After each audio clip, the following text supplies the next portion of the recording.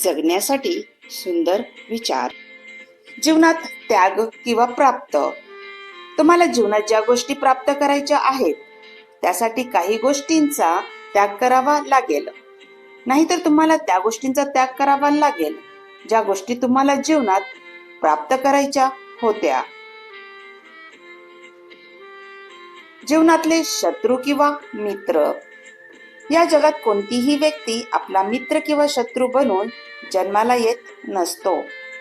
आपल्या त्यांच्यासोबतचा व्यवहार आणि आपले शब्दच त्यांना शत्रू किंवा मित्र बनवत असतात. गर्दी आणि स्वार्थ.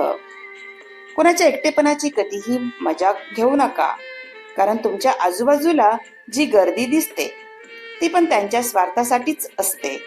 त्यांच्या स्वार्थाला तुमच्याकडून बळ नाही मिळालं की लोक निघून जातात.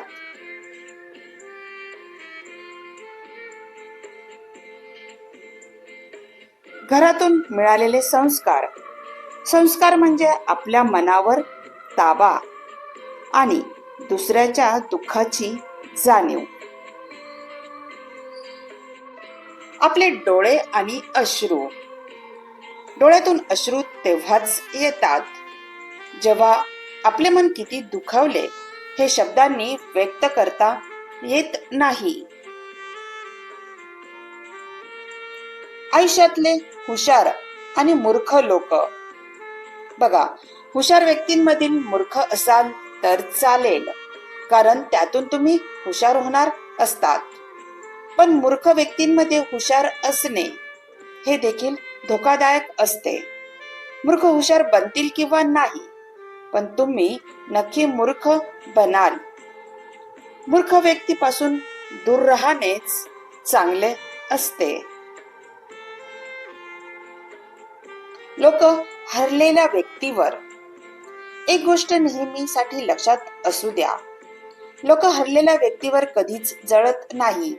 उलट ते आनंदी होतात की तुम्ही हरलात.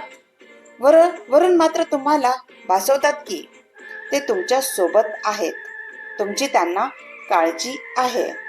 अशा भापट्यांपासून सावध रहा. जीवनातील परिस्थिती आणि दृष्टिकोन.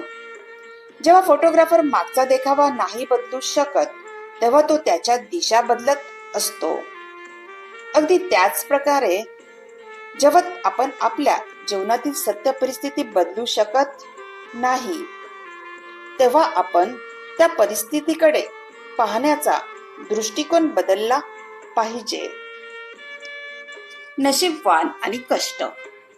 एखादा व्यक्ती यशस्वी होतो, मोठा होतो, तेव्हा त्याला नशीबवान म्हणू नका, कारण जेव्हा बाकीचे झोपलेले असतात तेव्हा तो काम कष्ट करत असतो.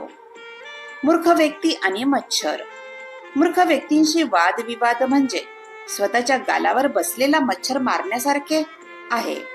तो मच्छर मरेल किंवा नाही काय माहित नाही, पण तुम्ही स्वतःच्या हाताने स्वतःच्या श्रीमुखात नक्की मारणार.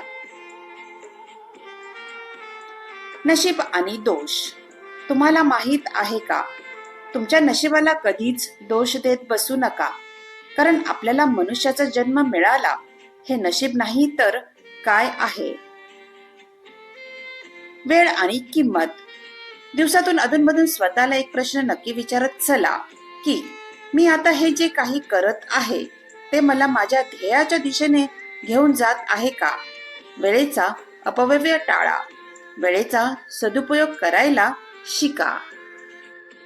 व्हिडिओ आवडला असेल तर लाईक, शेअर आणि सबस्क्राईब नक्की करा. धन्यवाद.